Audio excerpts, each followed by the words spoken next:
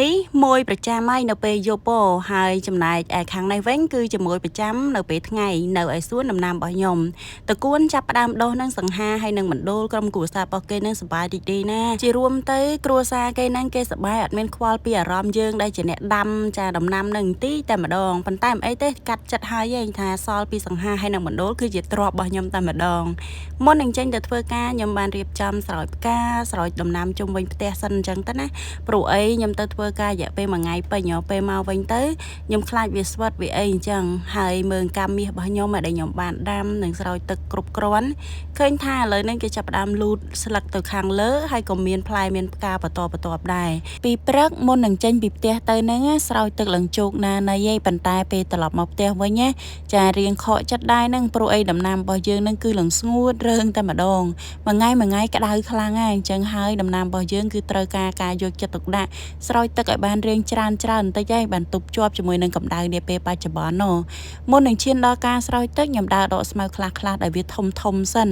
ព្រោះអីស្មៅនេះបើសិនជាយើងមិនដកវាឲ្យហើយទេតិចទៀតហ្នឹងគឺវាមានផលរំខានច្រើនទៅដល់រុក្ខជាតិរបស់យើងឬវាកាន់តែធំគឺពេលយើងដកមកវារលើងទាំងដំណាំរបស់យើងតែម្ដងរឿងដែលខ្ញុំខ្ជិលបំផុតមួយពីការដាំដំណាំគឺដកស្មៅនឹងឯងខ្ញុំមានអារម្មណ៍ថាដករហូតតែម្ដងហើយបើសិនជានេះតិចទេបើសិនជាចំការយើងធំវិញដកខាងនេះមិនទាន់រួចផងខាងនោះចាប់ផ្ដើមដុះសារថ្មីទៀតហើយអញ្ចឹងអ្នកដែលគាត់ធ្លាប់ដកស្មៅនៅចំការនៅអីហ្នឹងប្រកាសជាគាត់យល់អារម្មណ៍នឹងច្បាស់ហើយខ្ញុំខ្ជិលណារឿងដកស្មៅហ្នឹងប៉ុន្តែធ្វើមិនទេយើងស្រឡាញ់ការដាំដុះអញ្ចឹងហើយទោះខ្ជិលក៏ត្រូវតែទ្រាំដែរបន្ទាប់ពីដកស្មៅហើយចាគឺខ្ញុំដល់ពេលដែលត្រូវកាត់ផ្កាដែលវាផ្កាហើយព្រោះផ្កានេះបើសិនជាយើងទុកវាទេគឺវានឹងអត់ផ្កាបន្តបន្ទាប់អត់ដុះត្រួយថ្មីទេអញ្ចឹងត្រូវតែកាត់ទៀតហើយកាត់ហើយឥឡូវនេះចាគឺយើងរៀបចំក្នុងការបាញ់ទឹកតែម្ដងដាំដំណាំនៅមុខផ្ទះតែបន្តិចហ្នឹងឯណាប៉ុន្តែចានាំរវល់ក្រាន់បើដែរប៉ុន្តែខ្ញុំគិតថាការរវល់នេះគឺធ្វើឲ្យខ្ញុំសប្បាយចិត្តអញ្ចឹងហើយខ្ញុំគិតថាខ្ញុំទទួលយកបានព្រោះវាគឺជាអ្វីដែលខ្ញុំចង់បានកាលពីមុនខ្ញុំតែងតែមានក្តីសម័យមួយគឺចង់បានចាសួនបន្លែនៅមុខផ្ទះអីតូចមុំយើងដាំបន្លែញ៉ាំខ្លួនឯងអញ្ចឹងឯងឥឡូវនេះចាត់ទុកឲ្យជាក្តីសម័យរបស់ខ្ញុំបានបំពេញបានមួយភាគតូចហើយប៉ុន្តែ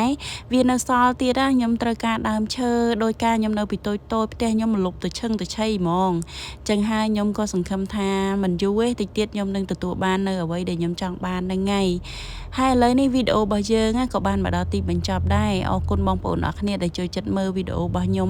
ហើយបើពេញចិត្តវីដេអូរបស់ខ្ញុំកុំភ្លេចជួយ like page ក៏ដូចជា follow មួយផងអរគុណច្រើនសម្រាប់ការមើលជួបគ្នាបន្តទៀតនៅវីដេអូក្រោយៗទៀតសូមជម្រាបលា